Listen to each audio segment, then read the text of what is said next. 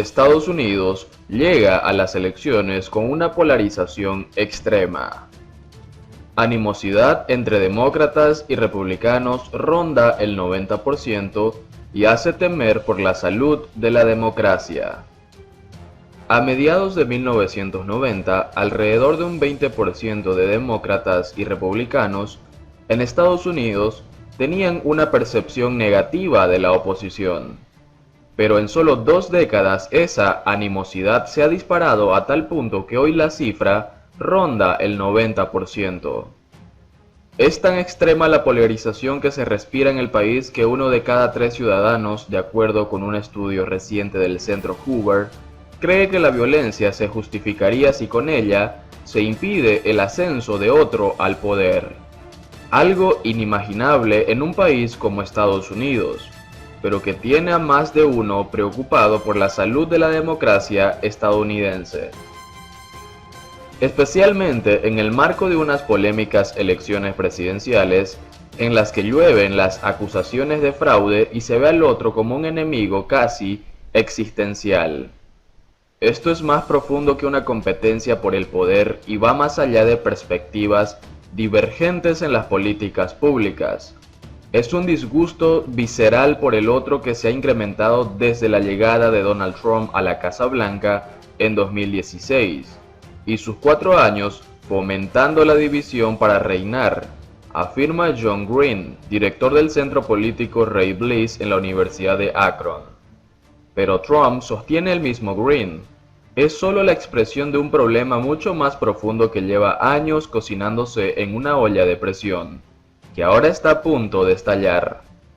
De acuerdo con David Baker, director del Centro Legislativo y Presidencial en American University, uno de ellos es que los partidos se han vuelto cada vez más homogéneos, no solo en términos de ideología, sino en su composición racial y ubicación geográfica. El Partido Republicano, por ejemplo, se ha tomado en un enclave de blancos con una visión conservadora de la sociedad que suele agruparse en suburbios y zonas rurales. El demócrata, por el contrario, es hoy una amalgama de minorías con posturas más liberales que se concentran en centros urbanos. Cada pequeña cosa de nuestra vida cotidiana está dividida por líneas partidistas.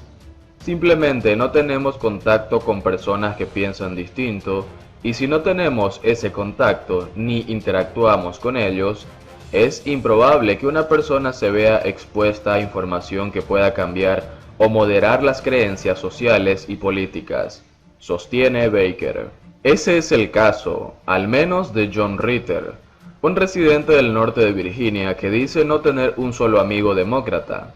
No tenemos nada en común, y los pocos que tenía ya no los frecuento porque las conversaciones siempre terminaban en pelea, sostiene Ritter. Un ambiente tan tóxico que incluso ha terminado por separar a familiares enteras. A mi hermana ya ni la invito a mi casa, dice Ritter. Es como si viviéramos en 2 universos paralelos.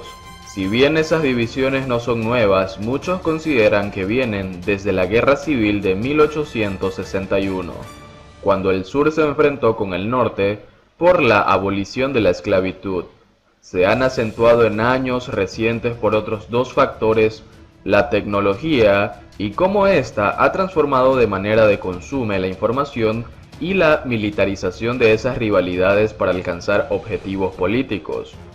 Parte de esa nueva realidad quedó expuesta en El Dilema Social, un documental de Netflix que circuló este año y en el que ex ejecutivos y técnicos de gigantes en redes sociales como Facebook, Google, Twitter e Instagram muestran cómo estas firmas han contribuido al nivel de polarización que hoy existe, ubicando a las personas en burbujas donde solo reciben información que les atrae y como gancho para vender productos. Si una persona le hace clic a una noticia, así sea falsa, sobre violentas protestas en las calles, el algoritmo bombardea a esta persona con el mismo tipo de información. El fin de estos medios es abrir más espacios para la publicidad de sus clientes, pero el efecto es que termina aislando a las personas en nichos y modificando su percepción de la realidad, sostiene Kevin Cross, experto en medios de LA Times. Según Cross, es un círculo vicioso pues una gran cantidad de personas usan estas plataformas como su principal fuente de información.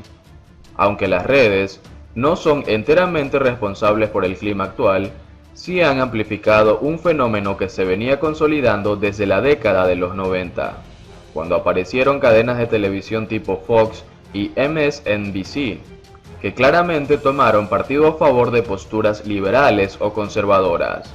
Lo otro que está contribuyendo a la polarización son los políticos y la percepción de que pueden sacar ventaja de estas divisiones. Steven Weber, profesor de la Universidad de Indiana, acaba de publicar un libro en el que analiza cómo la rabia es el elemento que más influye en la mente de los electores. Hace rato entendieron, dice Weber, que las políticas moderadas que buscan consenso no venden, o al menos no tanto como las que generan el odio de la oposición. En su libro, El enojo estadounidense como la rabia le da forma a nuestra política. Weber usa estadísticas de las últimas 3 elecciones para demostrar su impacto. En el 2008, un 43% de los demócratas y un 46% de los republicanos expresaban ese sentimiento por la oposición. Eso pasó al 56% y 75% en el 2012 y luego al 90% y 89% en el 2016. Los políticos buscan producir esa animosidad porque un votante enojado es un votante leal. Puesto en términos simples, cuando un votante siente rabia contra sus rivales es más probable que vote por todos los candidatos del partido a nivel estatal y federal, dice Weber. Según las encuestas que analizó este académico, cuando un elector decía no estar cómodo con el candidato de su propio partido, pero no sentía rabia por el de la oposición, solo el 22% terminó siendo leal al partido. Pero cuando ese mismo elector expresaba profunda antipatía por los rivales, el 90% terminó votando por los candidatos de su partido, pese a no estar a gusto con ellos. El ejemplo clásico de la explotación de este tipo de sentimientos se ha visto reflejado con claridad en la era de Donald Trump, dice el profesor. Además, es algo que están copiando no solo los políticos de ambos partidos, sino alrededor del mundo. Pero a un alto costo, sostiene Weber. Es claro por qué los políticos incentivan esa rabia, pero los efectos son muy negativos y se traducen en desconfianza frente a las instituciones. Si con el objetivo de motivar a su base los políticos dicen que las elecciones son fraudulentas o que no se puede confiar en el aparato de justicia porque está parcializado, el público pierde fe en instituciones que son pilares de la democracia. Y eso es grave porque son ellas las que nos sostienen como nación, afirma el académico. Y es algo que está sucediendo a pasos agigantados. En 1958, un 73% de los estadounidenses decía confiar en las instituciones siempre o casi siempre. En 2019, esa misma cifra solo alcanzó el 17%. Lo grave por la manera como las personas están consumiendo sus noticias, de lo eficiente que parece ser la polarización para alcanzar objetivos políticos y el tribalismo en el que ha caído la sociedad estadounidense, es que no hay mucho espacio para la búsqueda del consenso y las soluciones, y de allí a una fractura constitucional incluso violenta puede haber solo un paso.